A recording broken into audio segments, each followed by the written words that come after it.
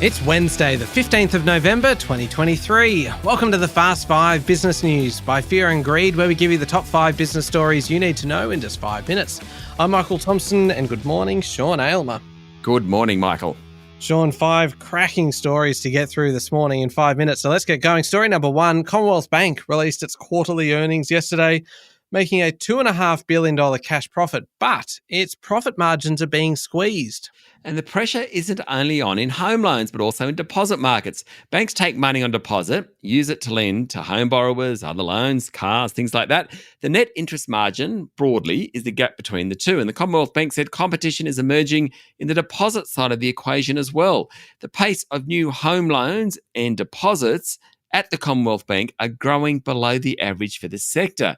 Now, Boss Matt Common said the bank had also upped its provisions for bad debts and higher interest rates are starting to bite consumers.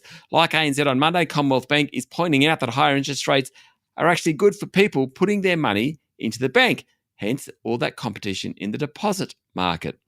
But the net result for the bank is that profit margins are being squeezed.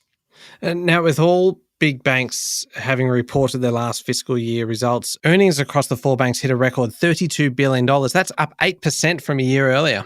Yeah, not bad. It was driven by loan growth and profit margin expansion, particularly in the first half of the year.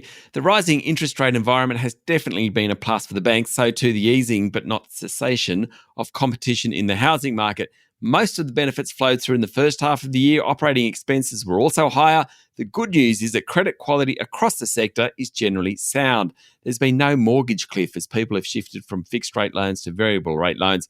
What's interesting is that the banks are looking well beyond the mortgage market to demonstrate their wares and growth prospects. Think small business lending, institutional lending, business deposits, that sort of stuff. They always do, but they're just focusing on it a bit more now. Okay, moving on to story number 2, and consumer sentiment has tumbled on the back of last week's interest rate hike and is in deeply pessimistic territory. The Westpac Melbourne Institute Consumer Sentiment Survey fell this month with the high cost of living and prospect of further rate rises culling confidence. Westpac used the phrase deeply pessimistic, as you said. Doesn't sound real good. Most consumers expect interest rates to rise further and are set for a repeat of last year's penny-pinching Christmas. Weak sentiment, of course, weighs on spending. The survey's measures of longer-term spending weren't real good either.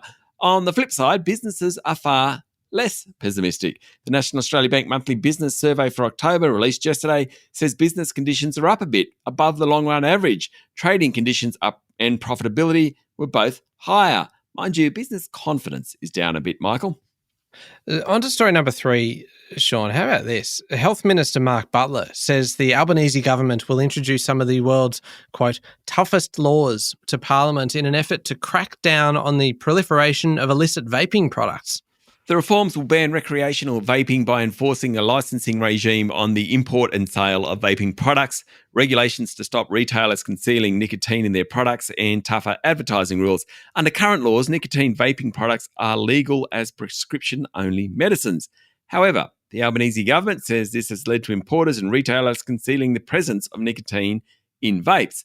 A recent campaign led by the Australian Border Force and Therapeutic Goods Administration found that more than 92% of imported vaping products unlawfully contain nicotine.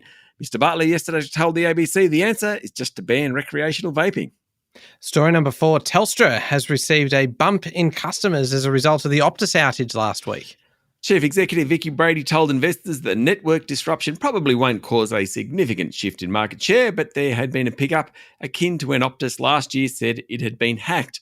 Back then, there were higher acquisition figures for Telstra for about 6 weeks or so before things went back to normal. Brady was talking at the telco's Investor Day. She said planning's underway for an additional 5 routes in its intercity fibre project, as well as upgrades to connections for its mining, oil and gas customers in the Pilbara. Now, that intercity project will ultimately connect physically via fibre optic cable all of Australia's mainland cities. Telstra's share price closed down 2% yesterday. All right, last one. How about this? I love this story, Sean. Electric air taxis could be transporting passengers from JFK Airport to downtown Manhattan by 2025. That's just around the corner. Now, these are apparently quiet, emissions-free journeys that take just 7 minutes. Yes, manufacturer Joby Aviation carried out an exhibition flight at the downtown Manhattan heliport in New York on the weekend. That's the city's first ever electric air taxi flight. The craft can recharge in about 5 minutes while passengers are unloading and boarding, according to a report on Reuters. The idea is that travellers will book their trip similar to a rideshare app. The company aims to begin commercial passenger service in 2025. It's in the third of 5 stages of certification with the Federal Aviation Administration. Now, the cost, of course, is most important. The cost of booking a trip has yet to be confirmed, but the company previously said it will likely be comparable to a rideshare in a car. Not bad. That is an incredible story. There we go, the top 5 business stories in 5 minutes. Thank you, Sean. Thank you, Michael. It is Wednesday, the 15th of November, 2023. Remember to hit follow on the podcast. And if 5 minutes isn't enough, you can find our longer daily show called Fear and Greed Business News wherever you listen to podcasts. Don't forget as well, Wednesday, there is a new episode of How Do They Afford That out today, our sister podcast looking at all things to do with personal finance, making your money work a little bit harder for you. Today's episode is all about how to make the most of the upcoming Black Friday sales. It is well worth a listen. I'll make sure there's a link in today's show notes.